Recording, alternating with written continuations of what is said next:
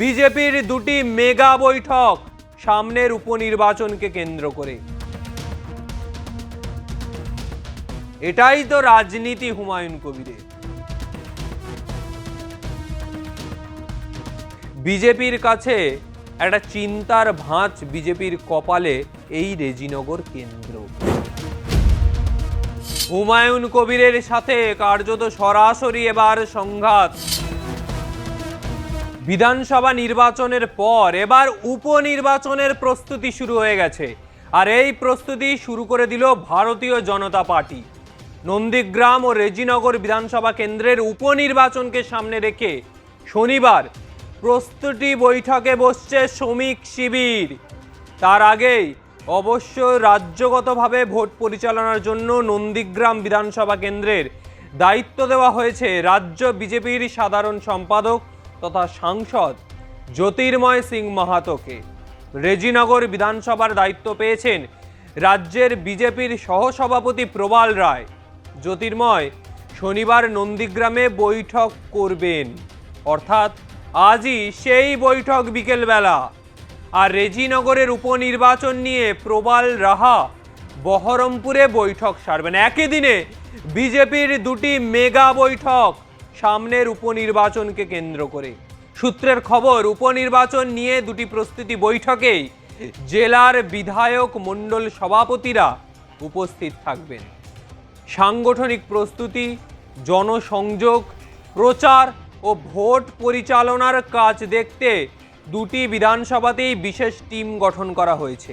তাদের উপর থাকবেন রাজ্য স্তরে দুই নেতা, নন্দীগ্রামে জ্যোতির্ময় সিং মাহাতো এবং রেজিনগরে সহসভাপতি প্রবাল রায়।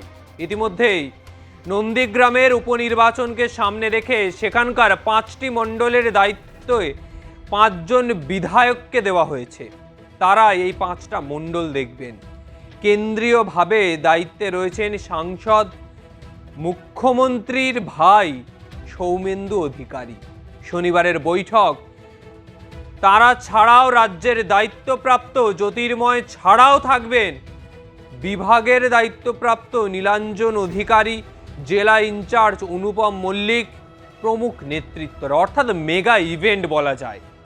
আবার রাজ্যে উপনির্বাচনকে কেন্দ্র করে দুটো কেন্দ্রে নির্বাচন।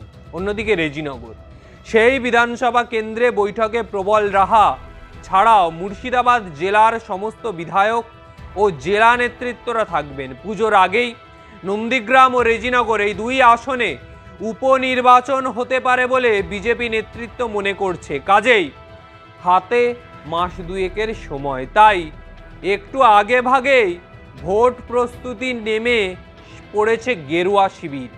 বিধানসভা ভোটে নন্দীগ্রাম ও ভবানীপুর এই দুটি আসন থেকে লড়ছিলেন শুভেন্দু অধিকারী।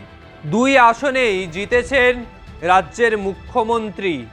ভবানীপুরের বিধায়ক হিসাবে মুখ্যমন্ত্রী শপথ নিয়ে তিনি তার পদে আসীন হয়েছেন, আর নন্দীগ্রাম তিনি ছেড়ে দিলেন।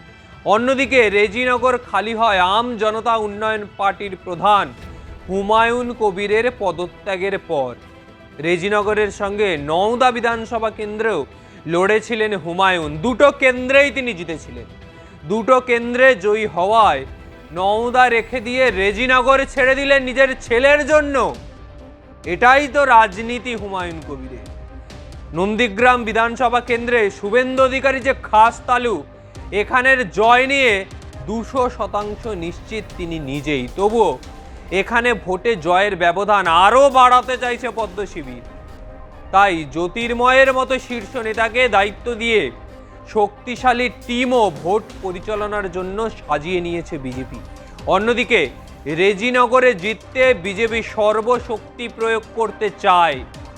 তাই দলের অভিজ্ঞ নেতা ও বহুদিনের রাজনীতিক প্রবাল রাহাকে সেখানে দায়িত্ব দেওয়া হয়েছে। আর এই কারণে নন্দীগ্রাম শুভেন্দু অধিকারী জিতেছেন তার হাতের তালুতে নন্দীগ্রাম। ফলে নন্দীগ্রাম জেতা নিয়ে তিনি একেবারেই চিন্তিত নন। তিনি জানেন নন্দীগ্রাম কিভাবে জিতে বেরিয়ে যেতে হয়। তিনি নন্দীগ্রাম জিতবেনও। কিন্তু হুমায়ুন কবির এই রেজিনগর কেন্দ্র সংখ্যালঘু সম্প্রদায়ের ভোট ব্যাংক অত্যন্ত বেশি।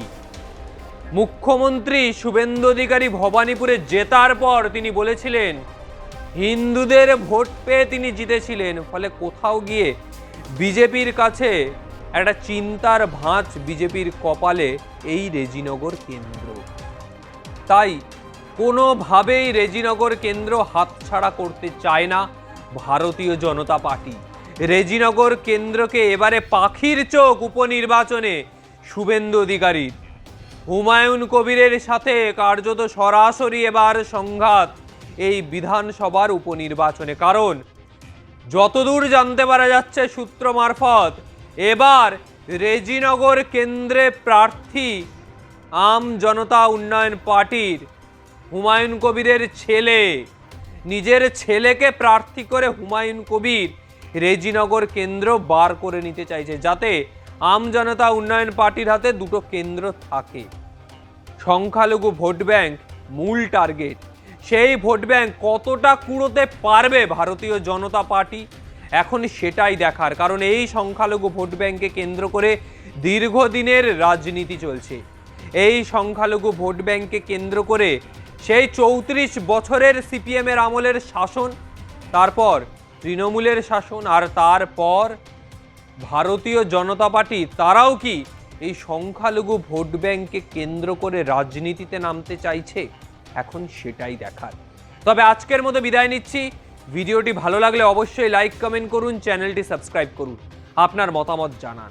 আগামী সময় আর কোন কোন বিষয়ে ভিডিও দেখতে চান অবশ্যই জানাবেন। আর বিধানসভা উপনির্বাচনের প্রতিটা আপডেট প্রতি মুহূর্তে আমরা তুলে ধরব আপনাদের সামনে।